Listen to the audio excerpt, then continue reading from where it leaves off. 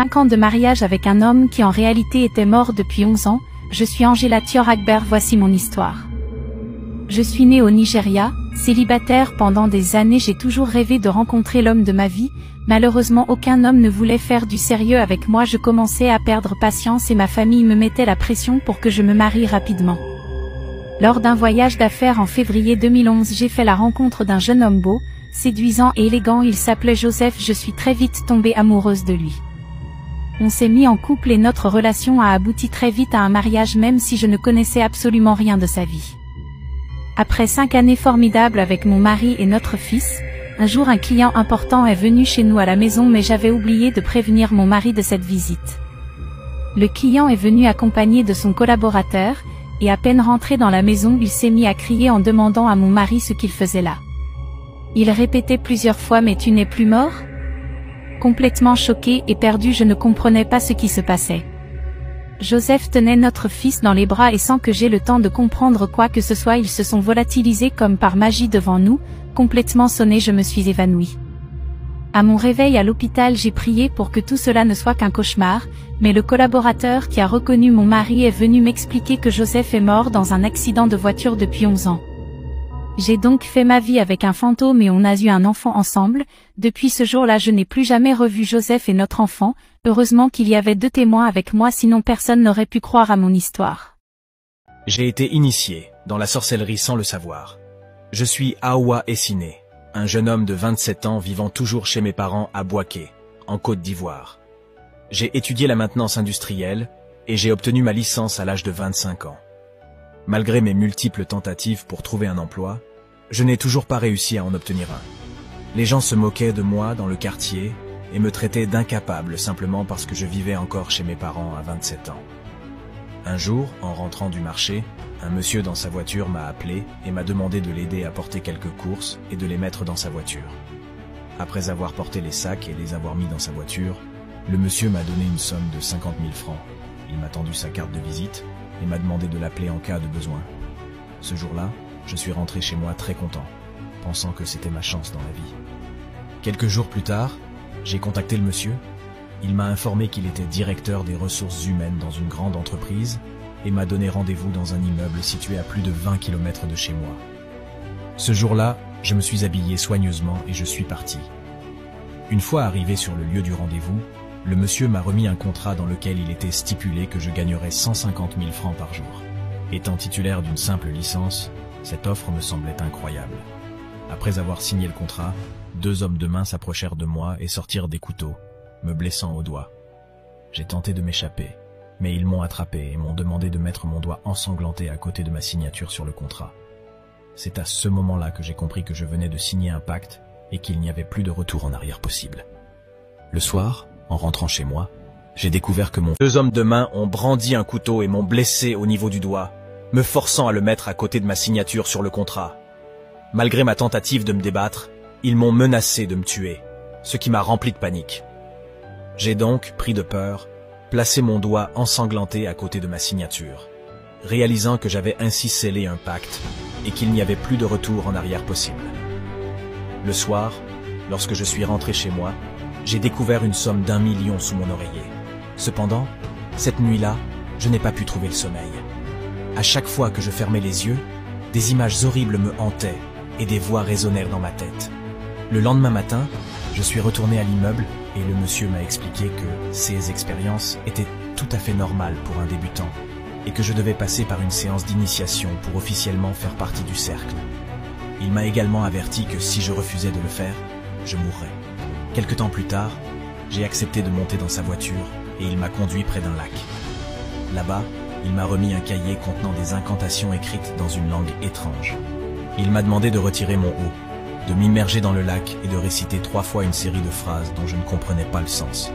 Après ma séance, le monsieur m'a donné un coq et une calebasse. Il m'a demandé d'ôter la vie au coq et de le mettre dans la calebasse. Chose que je n'ai pas voulu faire car j'avais l'impression que ce n'était pas qu'un simple coq, mais un membre de ma famille que je tenais dans mes mains. J'ai catégoriquement refusé de poser cet acte et donc de subir les conséquences de ce refus. Les jours qui suivaient, je suis tombé gravement malade. Je ne pouvais plus marcher. Je suis resté couché sur le lit d'hôpital pendant plus de 3 mois. Je souffrais tellement et j'ai fini par raconter toute l'histoire à ma mère. Elle m'a pris dans ses bras et m'a dit que je ne mourrais pas, et qu'elle priera nuit et jour s'il le faut.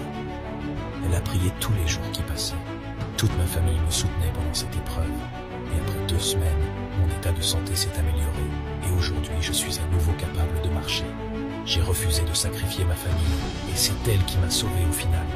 Je n'oublierai jamais cette épreuve et ce que ma mère a fait pour moi pendant que j'étais au plus bas. Je suis mort à cause du bédou magique. Je m'appelle Anoumou, un jeune élève originaire de Kpalimé, une ville du Togo. Malheureusement, j'ai perdu la vie à cause d'un porte-monnaie magique. Voici mon histoire. Dans ma classe, il y avait toujours un groupe d'amis qui semblaient avoir beaucoup d'argent. Ils organisaient régulièrement des sorties et dépensaient sans compter. Je me suis mis à les envier, étant moi-même en manque d'argent. Un jour, j'ai rassemblé mon courage et je leur ai demandé comment ils faisaient pour avoir autant d'argent. L'un d'entre eux m'a proposé de me révéler leur secret, mais m'a prévenu qu'il n'y aurait pas de retour en arrière si j'acceptais. Aveuglé par le désir d'avoir de l'argent, je n'ai pas réfléchi aux conséquences et j'ai accepté sans hésitation. Ce soir-là, ils m'ont emmené dans une forêt où nous avons rencontré un marabout. Il m'a demandé de frapper ma poitrine 3 fois, puis d'ouvrir ma main. À ma grande surprise, 3 pièces sont apparues dans ma paume. Ensuite, j'ai placé ces 3 pièces dans une calebasse, comme on me l'a demandé. Le marabout m'a ensuite demandé de sacrifier une partie de mon corps en la mettant dans la calebasse. J'ai pris la décision de sacrifier mon doigt. Après cela, je suis rentré chez moi et je me suis couché. Au réveil, j'ai constaté que mon doigt avait disparu, mais j'ai découvert 100 000 francs dans mon porte-monnaie. Je n'arrivais pas à croire ce qui venait de se passer. Le lendemain matin, le grand marabout est apparu devant moi et m'a donné une série de conditions à respecter. En écoutant son discours, j'ai été choqué de réaliser que ces conditions étaient impossibles à réaliser tout au long de ma vie. Je n'avais pas pris conscience des conséquences que cela aurait sur ma vie. Après cet événement, je me suis immédiatement rendu chez mes amis pour leur faire part de ce qui m'était arrivé. Leurs réactions m'ont profondément choqué. Mes amis m'ont dit que tout le monde n'avait pas la même somme d'argent, et pour être à leur niveau, je devais sacrifier des personnes. Le marabout m'a dit que je ne pouvais dépenser cet argent que sur moi-même, et non pour construire ou acheter des voitures. Il m'a dit que je devais tout dépenser entre 6h et 18h chaque jour, et que je ne devais dormir que de minuit à 4h du matin. Lorsque je me réveille, je devais faire des incantations, et quand je dormais, personne ne devait bouger mon corps. Si je ne respectais pas toutes ces conditions, j'allais mourir. Au début, je m'en sortais, je réussissais à dépenser cet argent sur moi-même. Mais assoiffé d'encore plus d'argent, j'ai décidé de monter en grade. Pour ce faire, je suis sorti avec plusieurs filles, et, lors de nos rapports, je prenais toutes leurs étoiles, ce qui augmentait ma richesse. Cependant, plus j'avais d'argent, plus de nouvelles conditions s'ajoutaient. C'est à ce moment-là que j'ai compris que le diable ne nous révèle jamais tout. Certains de mes amis étaient incapables de suivre les nouvelles règles, et beaucoup d'entre eux sont morts. De mon côté, j'ai continué à avoir des relations avec plusieurs filles pour me ressourcer. Un jour, le marabout est apparu dans ma chambre à 4h30 du matin. Il m'a dit qu'il avait besoin de sang pur, plus précisément celui de ma mère. Ma mère était tout pour moi, même si elle commençait à se douter de la source de mon argent et me demandait toujours de me confier à elle. Malheureusement, je ne pouvais pas le faire. Cette condition a été celle qui m'a coûté la vie, car je ne pouvais pas tuer ma mère. Avant de mourir, j'ai finalement pu me confier à ma mère. Je lui ai dit qu'il était déjà trop tard pour moi et que j'allais partir comme mes amis. Après un certain temps, mon corps a commencé à pourrir. Des asticots sortirent de mon corps. Je crachais du sang et mes yeux étaient devenus rouges. Je suis mort 2 jours après, complètement décomposé et dévoré par les asticots. Mon histoire est un rappel de ne pas se tourner vers l'argent facile et les solutions magiques pour devenir riche. J'ai été empoisonnée par ma meilleure amie. Je suis Nagissa Alice, une jeune fille de 26 ans qui vivait au Congo-Brazzaville, plus précisément dans la ville de Pointe-Noire. Je faisais des études universitaires en droit et c'est à l'université que j'ai rencontré ma meilleure amie Sarah. Nous étions tellement proches que nous nous disions tout. Je ne pouvais rien lui cacher parce que j'avais une totale confiance en elle. En 2e année, nous avons décidé d'aménager ensemble, question de partager le loyer et de nous faire quelques économies. Quelques mois après notre installation, j'ai fait la connaissance d'un monsieur nommé Alex. Alex était un homme âgé de 28 ans qui travaillait dans une société pétrolière. Il était très attentionné, avait un physique attrayant, des yeux étincelants et une chevelure soigneusement coiffée. Alex a commencé à prendre soin de moi, à m'amener dans des endroits chics, à payer mon loyer et ma scolarité. Il venait souvent me rendre visite à la maison et connaissait ma meilleure amie Sarah. Malgré ma relation avec Alex, je m'efforçais toujours de passer du temps avec ma meilleure amie Sarah. Après quelques mois, Sarah a développé un sentiment de jalousie à mon égard. Elle me déconseillait de sortir avec Alex. Elle me racontait des mensonges à son sujet. Un jour, elle est venue me voir et elle m'a dit qu'elle avait vu Alex dans une boîte de nuit en train de danser avec des filles à moitié habillées. Ce qui était totalement faux puisqu'à cette période, Alex était en mission sur une plateforme pétrolière. Un jour, pendant que je dormais, Sarah a pris mon téléphone, a commencé à fouiner jusqu'à prendre le numéro de mon copain Alex. Une fois, elle a fait un message à Alex lui disant que son frère était décédé et qu'elle avait besoin d'argent. Alex, attristé par la nouvelle, n'a pas réfléchi une seconde, sachant que Sarah était ma meilleure amie et lui a envoyé 200 000 francs. Sarah prit goût et commençait à imaginer la vie de luxe qu'elle pouvait avoir si je n'étais plus là. Un jour, pendant que je m'apprêtais à sortir, Sarah a insisté qu'elle voulait faire le petit déjeuner. Elle m'a donné une tasse de café dans laquelle elle avait mis du poison. Nous prenions le petit déjeuner en discutant. Après quelques temps, je commençais à avoir très mal au ventre. Je me suis écroulée et c'est là que j'ai compris que... Un jour, ma meilleure amie Sarah a insisté pour préparer le petit déjeuner. Elle m'a servi une tasse de café, mais ce que je ne savais pas, c'est qu'elle y avait mis du poison. Alors que nous prenions notre petit déjeuner et discutions, j'ai commencé à ressentir une forte douleur abdominale. Sarah me regardait souffrir sans aucune volonté de m'aider. Étant donné que nous étions meilleures amies, j'espérais qu'elle me viendrait en aide, mais malheureusement, ce n'était pas le cas. Sarah m'a emmenée dans ma chambre, a fermé la porte et les rideaux pour empêcher toute intervention extérieure. Puis elle a enfilé ses chaussures et est sortie de la maison comme si de rien n'était, me laissant agoniser. La douleur dans mon ventre s'intensifiait, de la salive jaillissait de ma bouche et je perdais connaissance. En un instant, ma vie a défilé devant mes yeux. J'ai revu ma mère attendant avec impatience que j'obtienne mon diplôme, mon père qui avait tout sacrifié pour moi, mes frères et sœurs, et surtout Alex, avec qui j'avais promis de passer le reste de ma vie. Couché dans la chambre, je pleurais et priais pour que Dieu donne de la force à mes proches et que la justice soit rendue, afin que Sarah, que je considérais comme ma meilleure amie, ne trouve plus jamais la paix. Cette histoire vise à rappeler à quel point l'être humain peut être cruel et que parfois, ce sont les personnes pour qui nous serions prêts à tout sacrifier qui nous trahissent jusqu'à nous enlever la vie. Faites très attention à vous et choisissez soigneusement vos fréquentations en espérant que vous tirerez de mon histoire de précieuses leçons de vie. J'ai tué mon mari pour avoir de l'argent. Je suis Marianne, une jeune femme camerounaise de 27 ans. Voici mon histoire. J'étais mariée à Alex à l'âge de 25 ans et nous menions une vie paisible et confortable. Au début de notre mariage, Alex était attentionné et généreux. Il me comblait de cadeaux et était l'homme parfait. Cependant, tout a changé lorsqu'il a obtenu une promotion qui l'obligeait à s'absenter de la ville pendant de longues périodes. À son retour, il continuait de me couvrir de cadeaux. Mais je commençais à m'ennuyer de lui. Un jour, ma meilleure amie Alexia m'a proposé de sortir en boîte de nuit pour changer d'air. Et j'ai accepté. Là-bas, j'ai rencontré un jeune homme prénommé Fred, âgé de 20 ans. Nous avons immédiatement ressenti une attirance réciproque. Et cette même soirée, nous avons eu une relation intime dans la voiture. Fred m'a demandé de n'être avec personne d'autre que lui. Après le retour de mon mari, il a exprimé le désir de partager un moment intime avec moi. Cependant, au cours de l'acte, Fred est apparu devant nous et m'a rappelé la promesse que je lui avais faite, celle de lui appartenir exclusivement. Prise de panique, j'ai crié et supplié mon mari de s'arrêter. Les jours suivants, mon mari est reparti en voyage, et Fred et moi avons continué notre relation secrète. Un jour, Fred m'a proposé de l'accompagner dans un hôtel pour me montrer son mode de vie. À l'hôtel, nous sommes allés dans une pièce sombre et froide, où nous avons rencontré un homme âgé et aveugle. Il m'a montré un écran géant, où je pouvais voir diverses scènes, y compris des accidents de voiture et d'autres événements malveillants. C'est à ce moment-là que j'ai décidé de sacrifier mon mari pour suivre Fred. J'ai vu mon mari sur l'écran acheter un bouquet de fleurs et mon chocolat préféré, juste avant de lui ôter la vie. Malheureusement, il a eu un tragique accident de voiture avec un camion peu de temps après.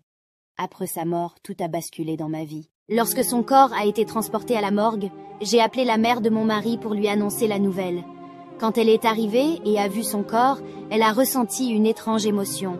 Elle m'a demandé de quitter la pièce, et lorsqu'elle y est entrée seule, le corps de mon mari a commencé à verser des larmes. Sa mère a su qu'il n'était pas mort d'une mort naturelle. Elle est devenue froide et distante à mon égard. Mais j'ai continué mes aventures avec Fred, tout en recevant beaucoup d'argent de sa part, jusqu'à ce qu'il commence à me tromper. Fred m'a révélé qu'il m'utilisait simplement pour monter en grade. Face à cette trahison, j'ai décidé de le sacrifier à mon tour. J'ai pris son âme et toute sa richesse, devenant ainsi plus puissante que lui. J'ai commencé à interagir avec des personnes influentes au sein des loges secrètes.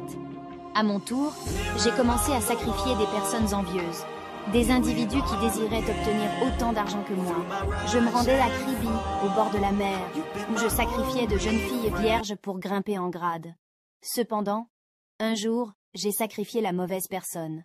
J'ai tout perdu, ma richesse, ma visibilité et mon statut. J'ai été gravement atteinte par une maladie incurable, et j'ai rapidement compris que c'était une conséquence de mes actions passées. Avant de succomber à ma maladie, l'esprit de mon mari est apparu et m'a demandé de reconnaître mes actes. J'ai tout raconté à sa mère, cherchant ainsi un semblant de rédemption avant ma disparition inévitable. Mon histoire est un rappel puissant de ne pas envier les autres, peu importe ce qu'ils possèdent. L'argent facile et l'avidité ne sont pas des chemins à suivre. Les conséquences de nos actions peuvent être dévastatrices, non seulement pour les autres, mais aussi pour nous-mêmes. Il est important de trouver la satisfaction dans ce que nous avons, de cultiver des relations sincères et de vivre une vie basée sur des valeurs positives. La véritable richesse réside dans le bonheur intérieur et les relations authentiques, bien loin des illusions superficielles de l'argent facile. J'ai fait l'amour avec des serpents et mangé de la chair humaine à cause d'un faux pasteur. Je suis Cécilia Wambui, voici mon histoire. Née le 7 janvier 1995 au Kenya, j'ai toujours vécu dans la pauvreté car je venais d'une famille très modeste. Voulant absolument me faire de l'argent rapidement et facilement, j'ai décidé de changer de ville afin de commencer à me prostituer pour gagner de l'argent. Complètement guidée par l'appât du gain, j'ai enchaîné les rapports intimes avec plusieurs centaines d'hommes mariés. En 2020, après de nombreux avortements et une vie calamiteuse, j'ai voulu me repentir en me rapprochant de Dieu pour démarrer une nouvelle vie et trouver un homme qui voudra me marier. C'est comme cela qu'une de mes amies va m'amener dans une église là où je vais me confier et raconter mon parcours à un pasteur sans savoir que ce dernier était un imposteur, et que son temple était une fausse église qui servait en réalité le diable. Le pasteur m'a présenté un homme, Richard, et il m'a assuré que c'était Dieu qui avait choisi pour moi cet homme pour que je devienne son épouse. À la recherche d'une nouvelle vie, j'accepte de me marier avec Richard, mais chaque nuit dans la chambre, dès que je commençais à m'endormir, je voyais mon pasteur apparaître et se transformer en serpent pour coucher avec moi en rentrant à l'intérieur de mes parties intimes, et le lendemain je n'avais que de vagues souvenirs. Mon mari Richard me faisait également très peur car dès que je me réveillais en pleine nuit, il était toujours assis sur une chaise dans notre chambre en train de me regarder sans rien dire, et le pasteur me disait constamment que tout cela était uniquement l'œuvre des esprits de tous les bébés que j'ai avortés dans le passé. Naïvement je l'ai cru et je suis tombée enceinte de l'esprit déguisé en serpent qui entrait dans mon vagin chaque nuit, et mon ventre grossissait à une vitesse effrayante.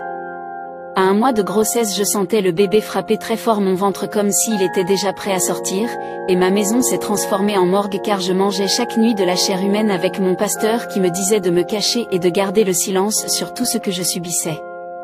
Un jour mon beau-frère est venu à la maison en larmes, je lui explique tout mon calvaire, il me ramène voir un autre pasteur qu'il connaissait et après des mois de délivrance, l'enfant qui était dans mon ventre a disparu et mon ventre est revenu plat. En révélant mon histoire, j'ai appris que plusieurs autres jeunes filles ont vécu exactement la même chose dans cette église avec ce pasteur.